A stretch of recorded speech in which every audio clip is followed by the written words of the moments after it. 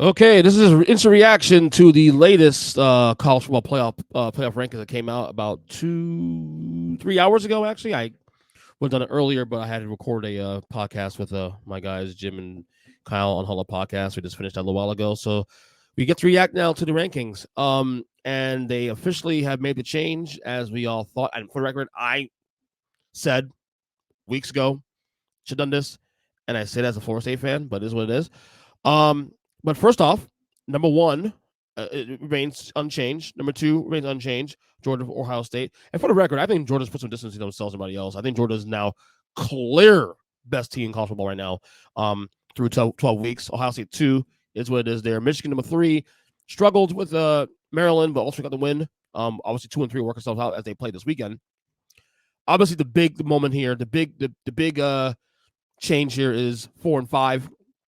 Florida State's been up 4 for the last first 3 weeks of this rankings, and now that's been changed now as now Washington has officially moved past Florida State. Many reasons, of course, playing a part, and I'm sure number one, and I hate to say this, the injury of Jordan Travis, quarterback for the Seminoles, out for the year, out for his college career is over now at this point. So, but yeah, that situation. But really, be honest with you, I was saying even weeks before this, and I'll say it again, that I thought Washington's resume, which has been proven here by the analytics here, they've had the number one toughest schedule in college football. They've gone through the gauntlet of teams. They've beaten the Utahs. They've beaten Oregon. They've beaten USC when they were decent. They've now beaten Oregon State. I mean, they have the best wins right now of any team in college football right now. They have also the best win of any team in college football right now by beating Oregon early in the year. So that alone, and I think, unfortunately, coupled with the injury of Jordan Travis, which makes the Noles a little more vulnerable, and a lot lesser than they have been this year, played a part in this. So that shouldn't be a surprise there. Now, that being said, I think the big question is going to be going forward. I think it's what's next. So 2 and 3 play this weekend, obviously Ohio State, Michigan. So that'll work us up out some degree. Washington still has to play Washington State. They're big rivalry game this weekend. They should win that game as well, too. Then they'll probably most likely play Oregon again in the Pac-12 championship game in 2 weeks. And if Washington wins that game, obviously they'll be a lock in the playoff. I think my first thing here is of all these teams here in the top 4, I think the only team that has the only team here that is pretty much immune to losing and still having the longer leash to get into the playoff, even with one loss, is Georgia. I think if Georgia loses to Alabama, hell, I say close game, but even in a game that Alabama actually wins running away, I still think the committee will take a one-loss Georgia over any team. I think the big question is how big a hit is this for Florida State? Does Florida State have to do more even after winning out? So if Florida State wins, they play Florida this week. Then they play Louisville in the in the AC title game in 2 weeks. My thing is this: if you're Florida State, this is what needs to happen going forward. You need to not only be Florida, and who's not good this year for the record, okay? And they're playing for bowl eligibility. Number one, if they win this game, they're bowl eligible. If they lose this game, they're not going to make a bowl. So there's a lot of at stake here for Florida to play for. Then you got Louisville, who you look in his ranks right now currently. Louisville is right now currently number 10 in the polls. That could help Florida State move forward. If Louisville beats Kentucky this week, they'll have one loss going to the AC title game in 2 weeks. And if Florida State wins that game with Louisville, they'll be unbeaten at 12-0 heading into Selection Sunday. You would think that would help Florida State's case to get into the playoff by winning the ACC, being unbeaten. And I would say, honestly, not having Jordan Travis either, in spite of that, and was still winning without your quarterback, should kind of help your case. But the problem is you still got Michigan and Ohio State, who one of those teams going to lose a game. How much credence does the loser of that game get over a potential unbeaten Florida State team? And you still have Oregon hanging around. What if Oregon wins out, runs the table, well, they have a loss against Washington, but let's say Oregon wins out, beats Washington in the Pac-12 title game. Oregon will get in, obviously. Does Washington now become an issue now for Florida State? Texas is still on the horizon here. Well, if Texas wins out, of course. And if Alabama wins out and beats Georgia, they should get in, right? And then that will help out Texas' case too, because Texas actually beat Alabama early in the year too. So Florida State is the team that may get squeezed out, the team on the brink of being squeezed out. And look, number 5, obviously they got squeezed out, in this rankings this week, so it makes sense.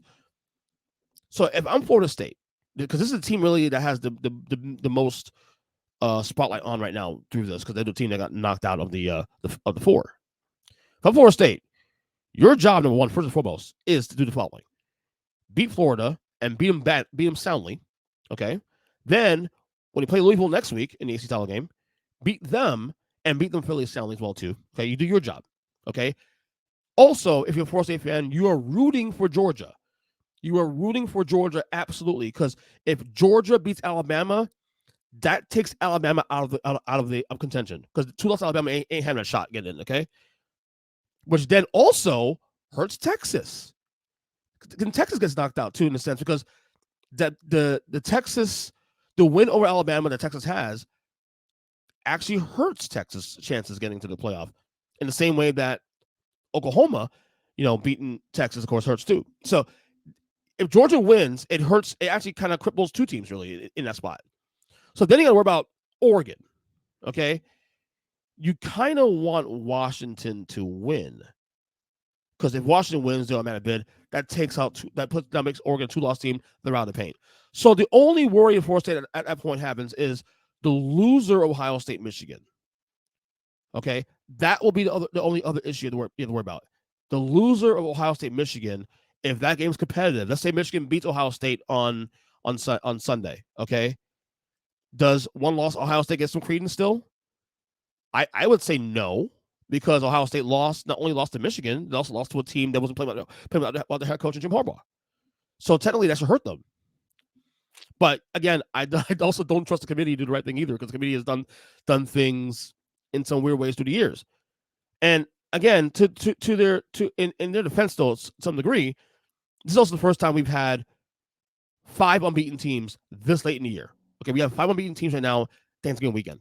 Now, obviously, it's going to come to an end when Michigan and Ohio State play on Saturday, but then we may still have at least 1, 2, 3, 4 unbeaten teams by the end of the weekend too. And very possibly we may have that even going beyond championship weekend. So Florida State's job, number 1, since they have all the eyeballs, is you do your job. You beat Florida, you beat Louisville, and you beat them soundly. Okay, you do your job there. I think that should be enough. But you also want Georgia to beat Alabama, because by Georgia beat Alabama, it weakens, obviously takes Alabama out, and it weakens Texas, regardless of whatever they do. Okay, and then I think you also want Washington to win too, also, because if Washington wins, it weakens Oregon. It gets Oregon out of the paint, and that leaves you only with one worry of the loser of the Ohio State-Michigan game. So there it is there. So otherwise, these rankings are actually where I think they should be.